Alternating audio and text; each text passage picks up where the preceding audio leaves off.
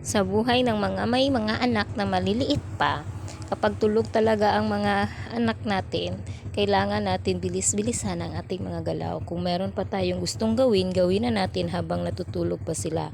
Kasi kapag nagigising na yan at wala kang paglagyan na hindi sila malaglag, wala kang magagawa. Kaya ako, habang tulog siya, ginagawa ko na ang dapat kong gawin ko para maaga akong matapos at madali lang din akong matapos. Kasi kapag nagigising na yan, nakakatakot malaglag dito sa aming higaan. Mataas pa naman ito. Yan lang po hanggang sa natapos ako sa paggawa ng ice, guys.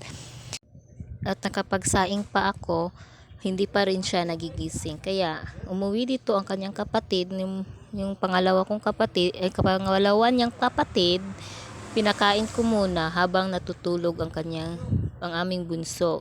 Kaya madali akong matatapos at makatulog na din ang kanyang kapatid.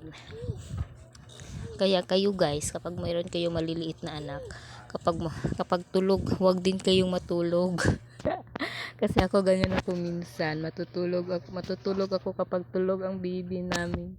Kaya hindi ko matapos sa mga gawain ko. Kaya yan lang po guys. Thank you for watching. Don't forget to like, follow, and share, and subscribe. Mwah!